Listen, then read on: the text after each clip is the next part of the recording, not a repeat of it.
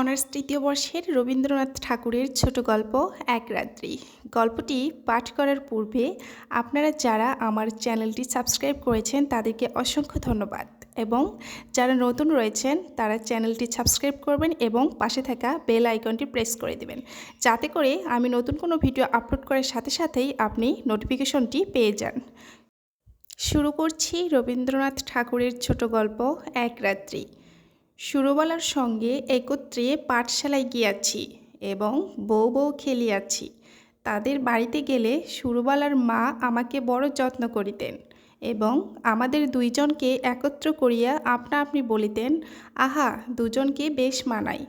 ছোট ছিলাম, কিন্তু কথাটার অর্থ একরকম বুঝিতে পারিতাম। সুরবালার প্রতি যে সর্বসাধারণের অপেক্ষা আমার কিছু বিশেষ দাবি ছিল, সে ধারণা আমার মনে বদ্ধমূল হইয়া গিয়াছিল। সেই অধিকার মতে মত্ত হইয়া তাহার প্রতি যে আমি শাসন এবং উপদ্রব না করিতাম তাহা নহে, সেও সহিংস্রভাবে আমার সরল রকম ফরমাস খাটিত এবং শাস্তি বহন করিত। পাড়ায় তাহার রূপের প্রশংসা ছিল, কিন্তু বর্বর বালকের চক্ষে সে সৌন্দর্যের কোনো গৌরব ছিল না। আমি কেবল জানিতাম সুরবালা আমার এই প্রভুত্ব স্বীকার করিবার জন্য পিতৃগৃহে জন্মগ্রহণ করিয়াছে, এই জন্য সে আমার বিশেষ রূপ অবহেলার পাত্র। আমার পিতা চৌধুরী জমিদারের নায়েব ছিলেন। তার ইচ্ছা ছিল আমার হাতটা পাকিলেই আমাকে জমিদারি সেরেস্তার কাজ শিখাইয়া একটা কোথাও গোমস্তাগিরিতে প্রবৃত্ত করাইয়া দিবেন, কিন্তু আমি মনে মনে তাহার নারাজ ছিলাম। আমাদের পাড়ার নীলরতন যেমন করিয়া পালাইয়া লেখাপড়া শিখিয়া কালেক্টর সাহেবের নাজির হইয়াছে, আমারও জীবনের লক্ষ্য সেইরূপ। কালেক্টরের নাজির না হইতে পারি তো জজ আদালতের হেড ক্লার্ক হইব, ইহা আমি মনে মনে নিশ্চয় স্থির করিয়া রাখিয়াছিলাম। সর্বদাই দেখিতাম আমার বাপ উক্ত আদালতজীবীদিগকে অত্যন্ত সম্মান করিতেন। নানা উপলক্ষে মাছটা, তরকারিটা, টাকাটা, সিকেটা লইয়া যে তাহাদের পরিযাচনা করিতে হইত, তাহাও শিশুকাল হইতে আমার জানা ছিল। এই জন্য আদালতের ছোট কর্মচারী, এমনকি পেয়াদাগুলোকে পর্যন্ত হৃদয়ে খুব একটা সম্ভ্রমের আসন দিয়েছিলাম। ইহারা আমাদের বাংলাদেশের পূজ্য দেবতা। ৩৩ কোটির ছোট ছোট নতুন সংস্করণ। বিষয়টির সিদ্ধিলাভ সম্বন্ধে স্বয়ং সিদ্ধিদাতা গণেশ অপেক্ষা ইহাদের প্রতি লোকের আন্তরিক নির্ভর ঢের বেশি। সুতরাং পূর্বে গণেশের যাহা কিছু পাওনা ছিল, আজকাল ইহারাই তাহা সমস্ত পাইয়া থাকেন। আমিও নীলরতনের দৃষ্টান্তে উৎসাহিত হইয়া একসময় বিশেষ সুবিধাযোগে কলিকাতায় পালাইয়া গেলাম। প্রথমে গ্রামের একটি আলাপি লোকের বাসায় ছিলাম, তাহার পরে বাপের কাছ হইতেও কিছু কিছু অধ্যয়নের সাহায্য পাইতে লাগিলাম। লেখাপড়া যথানিয়মে আমার চলিতে লাগিল। ইহার উপরে আবার আমি সভা সমিতিতেও যোগ দিতাম। দেশের জন্য হঠাৎ প্রাণ বিসর্জন করা যে আশু আবশ্যক, এ সম্বন্ধে আমার কোনো সন্দেহ ছিল না, কিন্তু কি করিয়া উক্ত দুঃসাধ্য কাজ করা যাইতে পারে আমি জানিতাম না, এবং কেহ দৃষ্টান্তও দেখাইত না। কিন্তু তাহা বলিয়া উৎসাহের কোনো ত্রুটি ছিল না। আমরা পাড়াগাঁয়ের ছেলে, কলিকাতার ইজড়ে পাকা ছেলের মতো সকল জিনিসকেই পরিহাস করিতে শিখি নাই। সুতরাং আমাদের নিষ্ঠা অত্যন্ত দৃঢ় ছিল। আমাদের সভার কর্তৃপক্ষীয়রা বক্তৃতা দিতেন, আর আমরা চাঁদার খাতা লইয়া না খাইয়া দুপুর রৌদ্রে টো টো করিয়া বাড়ি বাড়ি ভিক্ষা করিয়া বেড়াইতাম। রাস্তার ধারে দাঁড়াইয়া বিজ্ঞাপন বিলি করিতাম। সভাস্থলে গিয়া বেঞ্চি চৌকি সাজাইতাম। দলপতির নামে কেহ একটা কথা বলিলে কোমর বাঁধিয়া মারামারি করিতে উদ্যত হইতাম। শহরের ছেলেরা এইসব লক্ষণ দেখিয়া আমাদিগকে বাঙ্গাল বলিত। নজির সেরেস্তার হইতে আসিয়াছিলাম, কিন্তু মার্সিনি গ্যারিবল্ডি হইবার আয়োজন করিতে লাগিলাম। এমন সময়ে আমার পিতা এবং সুরবালার পিতা একমত হইয়া সুরবালার সহিত আমার বিবাহের জন্য উদ্যোগী হইলেন। আমি ১৫ বৎসর বয়সের সময় কলিকাতায় পালাইয়া আসি। তখন সুরবালার বয়স ছিল ৮, আর এখন আমি ১৮। পিতার মতে আমার বিবাহের বয়স ক্রমে উত্তীর্ণ হইয়া যাইতেছে, কিন্তু এদিকে আমি মনে মনে প্রতিজ্ঞা করিয়াছি, আজীবন বিবাহ না করিয়া স্বদেশের জন্য মরিব। বাপকে বলিলাম, বিদ্যাভ্যাস সম্পূর্ণ সমাধা না করিয়া বিবাহ করিব না। ২-৪ মাসের মধ্যে খবর পাইলাম উকিল রামলোচনের সহিত সুরবালার বিবাহ হইয়া গিয়াছে। পতিত ভারতের চাঁদা আদায় কার্যে ব্যস্ত ছিলাম। এ সংবাদ তুচ্ছ বোধ হইল। এন্ট্রেন্স পাশ করিয়াছি, ফার্স্ট আর্টস দেব। এমন সময় পিতার মৃত্যু হইল। সংসারে কেবল আমি একা নই, মাতা এবং ২টি ভগিনীও আছেন। সুতরাং কলেজ ছাড়িয়া কাজের সন্ধানে ফিরিতে হইল। বহু চেষ্টায় নোয়াখালী বিভাগের একটি ছোট শহরে এন্ট্রেন্স স্কুলের সেকেন্ড মাস্টারি পদ প্রাপ্ত হইলাম। মনে করিলাম আমার উপযুক্ত কাজ আমি পেয়েছি। উপদেশ এবং উৎসাহ দিয়া এক একটি ছাত্রকে ভারতের এক একটি সেনাপতি করিয়া তুলিব। কাজ আরম্ভ করিয়া দিলাম। দেখিলাম ভাবি ভারতবর্ষ অপেক্ষা আসন্ন এক্সামিনের তাড়া ঢের বেশি। ছাত্রদিগকে গ্রামার অ্যালজেব্রার বহির্ভূত কোনো কথা বলিলে হেডমাস্টার রাগ করে। মাস দুয়েকের মধ্যে আমারও উৎসাহ নিস্তেজ হইয়া আসিল।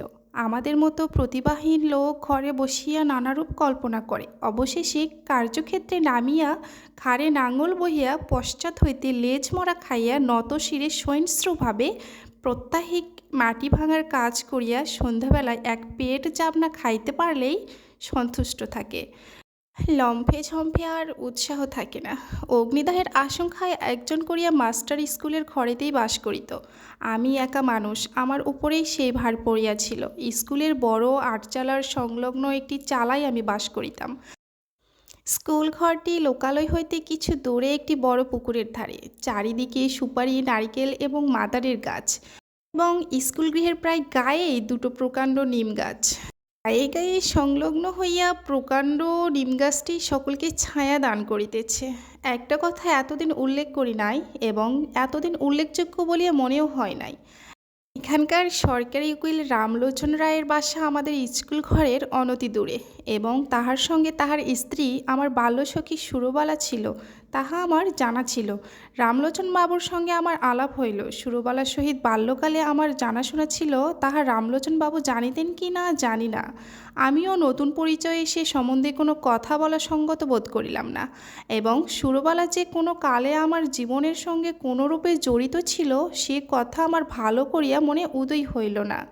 একদিন ছুটির দিনে রামলোচন বাবুর বাসায় তাহার সহিত সাক্ষাৎ করিতে গিয়াছি।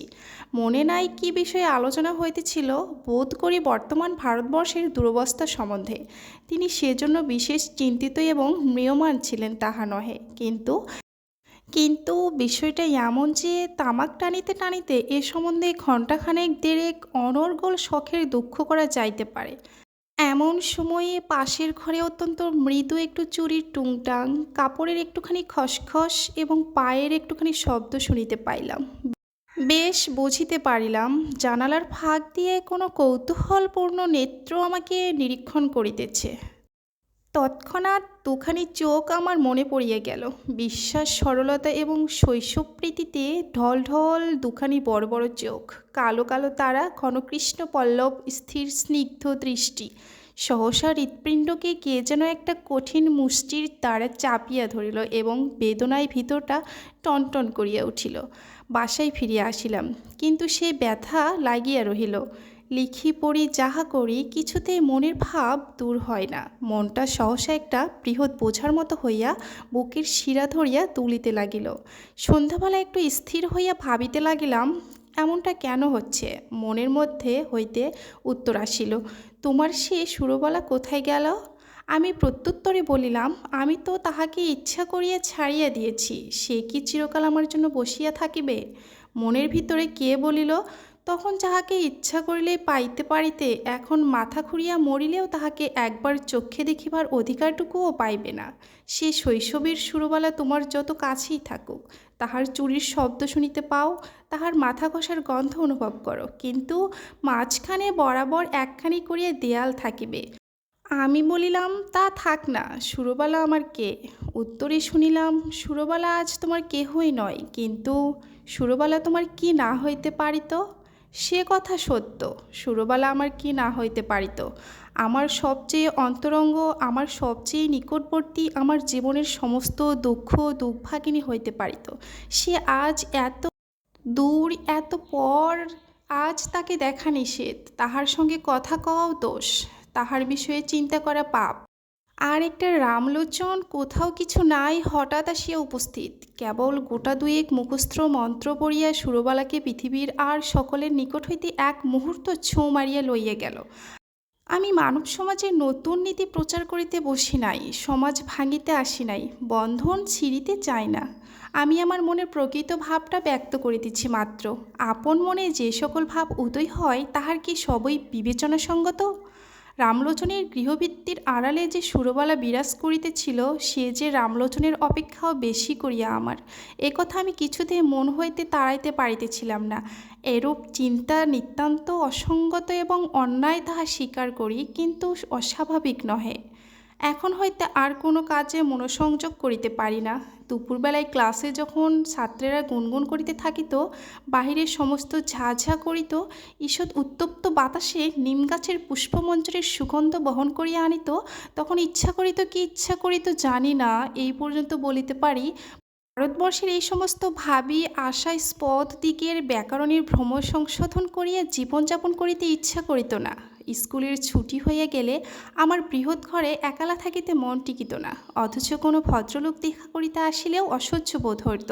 সন্ধ্যাবেলায় পুকুরের ধারে সুপারি নারিকেলের অর্থহীন মর্মরধ্বনি শুনিতে শুনিতে ভাবিতাম, মনুষ্য সমাজ একটা জটিল ভ্রমের জাল, ঠিক সময়ে ঠিক কাজ করিতে কাহারও মনে পড়ে না, তাহার পরে বেঠিক সময়ে বেঠিক বাসনা লইয়া অস্থির হইয়া মরে। তোমার মতো লোক সুরবালার স্বামীটি হইয়া বুড়া বয়স পর্যন্ত বেশ সুখে থাকিতে পারিত, তুমি কিনা হইতে গেলে গ্যারিবাল্টি এবং হইলে শেষে একটি পাড়াগাঁয়ে স্কুলের সেকেন্ড মাস্টার। আর রামলোচন রায় উকিল, তাহার বিশেষ করিয়া সুরবালারই স্বামী হওয়ার কোনো জরুরি আবশ্যক ছিল না। বিবাহের পূর্ব মুহূর্ত পর্যন্ত তাহার পক্ষে সুরবালারও যেমন ভবশঙ্করীয় তেমন সেই কিনা কিছুমাত্র না ভাবিয়া চিন্তিয়া বিবাহ করিয়া সরকারি উকিল হইয়া দিব্য 5 টাকা রোজগার করিতেছে। যেদিন দুধে ধোয়ার গন্ধ হয় সেদিন সুরবালাকে তিরস্কার করে, যেদিন মন প্রসন্ন থাকে সেদিন সুরবালার জন্য গহনা গড়াইতে দেয়। বেশ মোটাসোটা চাপকান পরা কোনো অসন্তোষ নেই। পুকুরের ধারে বসিয়া আকাশে তারার দিকে চাহিয়া কোনোদিন হা হুতাশ করিয়া সন্ধ্যা যাপন করে না। রামলোচন একটা বড় মকদ্দমায় কিছুকালের জন্য অন্যত্র গিয়েছে। আমার স্কুল ঘরে আমি যেমন একা ছিলাম, সেদিন সুরবালাও তার ঘরে একা ছিল। মনে আছে সেদিন সোমবার, সকাল হইতে আকাশ মেঘাচ্ছন্ন হইয়া আছে। বেলা 10টা হইতে টিপ টিপ করিয়া বৃষ্টি পড়িতে আরম্ভ করিল। আকাশের ভাবদিগক দেখিয়া হেডমাস্টার সকাল সকাল স্কুলের ছুটি দিয়ে দিলেন। খণ্ড খণ্ড কালো মেঘ যেন একটা কি মহা আয়োজনে সমস্ত দিন আকাশময় আনাগোনা করিয়া বেড়াইতে লাগিল। তাহার পরদিন বিকেলের দিকে মুষলধারে বৃষ্টি এবং সঙ্গে সঙ্গে ঝড় আরম্ভ হইয়া গেল। যত রাত্রি হইতে লাগিল বৃষ্টি এবং ঝড়ের বেগ বাড়িয়া যাইতে লাগিল। প্রথমে পূর্ব দিক হইতে বাতাস বহিতেছিল, ক্রমে ক্রমে উত্তর এবং উত্তর পূর্ব দিয়া বহিতে লাগিল। এ রাত্রে ঘুমাইবার চেষ্টা করার বৃথা। মনে পড়িল এই দুর্যোগে সুরবালা ঘরে একা আছে। আমাদের স্কুল ঘর তাহাদের ঘরের অপেক্ষা বেশ মজবুত। কতবার মনে করিলাম তাহাকে স্কুল ঘরে ডাকিয়া আনিয়া আমি পুকুরের পাড়ের উপর রাত্রি যাপন করিব, কিন্তু কিছুতেই মনে স্থির করিয়া উঠিতে পারিলাম না। রাত্রি যখন 1টা-1:30টার হবে, হঠাৎ বানের ডাক শোনা গেল, সমুদ্র ছুটিয়া আসিতেছে। ঘর ছাড়িয়া বাহির হইলাম, সুরবালার বাড়ির দিকে চলিলাম। পথে আমাদের পুকুরের পাড়, সে পর্যন্ত যাইতে না যাইতে আমার হাঁটু জল হইল। পাড়ের উপর যখন উঠিয়ে দাঁড়াইলাম তখন দ্বিতীয় আর একটা তরঙ্গ আসিয়া উপস্থিত হইল। আমাদের পুকুরের পাড়ের একটা অংশ প্রায় 10-11 হাত উচ্চা হইবে। পাড়ের উপরে আমি যখন উঠিলাম, বিপরীত দিক হইতে আরও একটি লোক উঠিল। লোকটি কে তাহা আমার সমস্ত অন্তরাত্মা আমার মাথা হইতে পা পর্যন্ত বুঝিতে পারিল, এবং সেও যে আমাকে জানিতে পারিল তাহাতে আমার সন্দেহ নেই। আর সমস্ত জলমগ্ন হইয়া গেছে। কেবল হাত 5-6 দ্বীপের উপর আমরা দুটি প্রাণী আসিয়া দাঁড়াইলাম। তখন প্রলয়কাল। তখন আকাশে তারার আলো ছিল না এবং পৃথিবীর সমস্ত প্রদীপ নিবিয়া গেছে। তখন একটা কথা বলিলেও ক্ষতি ছিল না, কিন্তু একটা কথা বলা গেল না। কেউ কাহাকে কিচ্ছু কুশল প্রশ্নও করিল না। কেবল দুইজনে অন্ধকারের দিকে চাহিয়া রহিলাম। পদতলে গাঢ় কৃষ্ণবর্ণ উন্মত্ত মৃত্যুস্রোত গর্জন করিয়া ছুটিয়া চলিল। আজ সমস্ত বিশ্ব সংসার ছাড়িয়া সুরবালা আমার কাছে আসিয়া দাঁড়িয়াছে। আজ আমি ছাড়া সুরবালার আর কেউ নেই। কবেকার সেই শৈশবে সুরবালা কোনো এক জন্মান্তর কোনো কোনো এক পুরাতন রহস্য অন্ধকার হইতে ভাসিয়া এই সূর্যচন্দ্রালোকিত লোকপরিপূর্ণ পৃথিবীর উপরে আমারই পার্শ্বে আসিয়া সংলগ্ন হইয়াছিল। আজ আর কতদিন পরে সেই আলোকময় লোকময় পৃথিবী ছাড়িয়া এই ভয়ঙ্কর জনশূন্য প্রলয়ান্ধকারের মধ্যে সুরবালা একাকিনী আমারই পার্শ্বে আসিয়া উপনীত হইয়াছে। জনস্রোতে সেই নবকলিকাকে আমার কাছে আনিয়া ফেলিয়াছিল, সমুদ্রস্রোতে সেই বিকশিত পুষ্পটিকে আমার কাছে আনিয়া ফেলিয়াছে। এখন কেবল আর একটা ঢেউ আসিলেই পৃথিবীর এই প্রান্তটুকু হইতে বিচ্ছেদের এই বৃন্তটুকু হইতে খসিয়া আমরা দুজনে এক হইয়া যাই। সে ঢেউ না আসুক, স্বামীপুত্র গৃহধনজন লইয়া সুরবালা চিরদিন সুখে থাকুক। আমি এই এক রাত্রে মহাপ্রলয়ের তীরে দাঁড়াইয়া অন্তত আনন্দের স্বাদ পাইয়াছি। রাত্রি প্রায় শেষ হইয়া আসিল, ঝড় থামিয়া গেল, জল নামিয়া গেল। সুরবালা কোনো কথা না বলিয়া বাড়ি চলিয়া গেলেন। আমিও কোনো কথা না বলিয়া আমার ঘরে গেলাম। ভাবিলাম আমি নজিরও হই নাই, সেরেস্তাও হই নাই, গ্যারিবল্ডিও হই নাই। আমি এক ভাঙা স্কুলের সেকেন্ড মাস্টার। আমার সমস্ত ইহজীবনে কেবল ক্ষণকালের জন্য একটি অনন্তরাত্রির উদয় হইয়াছিল। আমার পরমায়ের সমস্ত দিন রাত্রির মধ্যে সেই একটিমাত্র রাত্রি আমার তুচ্ছ জীবনের একমাত্র চরম সার্থকতা।